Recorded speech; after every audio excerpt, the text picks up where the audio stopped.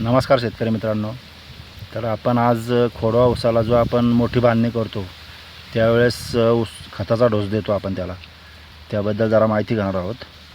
तर मित्रांनो, आपण काय करतो, ऊसाला खत देताना आपण सरीमध्ये खत टाकतो आणि रेझरच्या साहाय्याने ऊस बांधून घेतो. मग हे जे खत मातीसोबत इकडे येते या साईडला आणि त्याच्यानंतर आपण पाणी सोडून देतो. तर त्याने काय होतं, खत वरती राहते आणि ऊसाच्या मुळ्या ज्या असतात त्या इकडनं आणि ह्या साईडच्या इकडनं अशा संपूर्ण पांगलेल्या असतात.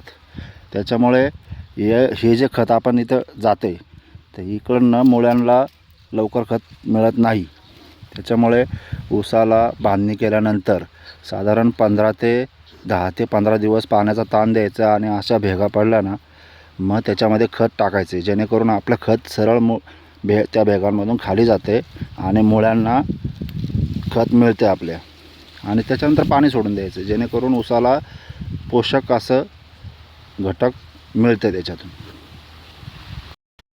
आणि मग असं केल्यानंतर ऊसाला काय होतं, ग्रोथ होते ऊसाची आणि उंची वाढते ऊसाची, परत काळोखी येते ऊसाला, पानांची साईजही वाढते. त्याच्यामुळे भरपूर फायदे होतात. एकदा करून पहा तुम्ही पण.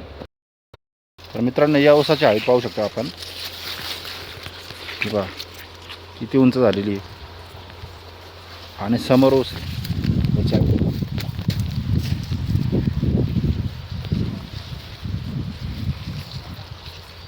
हा जरा लहान राहिला, याचं कारण तेच आहे.